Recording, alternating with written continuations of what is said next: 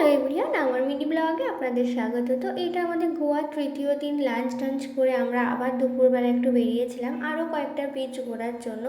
ভাগাটোর, Anjana beach, বাগা beach, এগুলো আমাদের ঘোরার ছিল।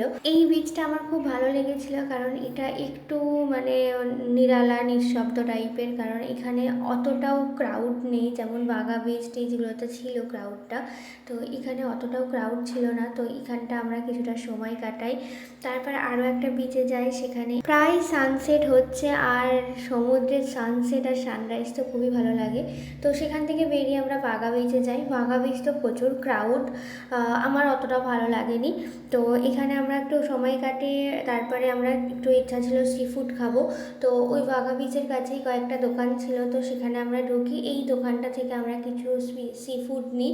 সি ফুডের মধ্যে ছিল হচ্ছে কাঁকড়া, যেটা আমি খুবই ভালোবাসি খেতে। তার সাথে ছিল হচ্ছে পমফ্রেট, আর ছিল হচ্ছে কিংফিশ। এই কিংফিশটা আমি আগে কোনো দিন খাইনি, বাট দারুণ খেতে। ওখানে গিয়ে ফার্স্ট টাইম ট্রাই করি। তারপর আমরা হোটেলে ফিরি আর তৃতীয় দিনটা আমরা এইভাবেই কাটাই। আর এই ভিডিওটা আমি এখানেই শেষ করছি। টাটা।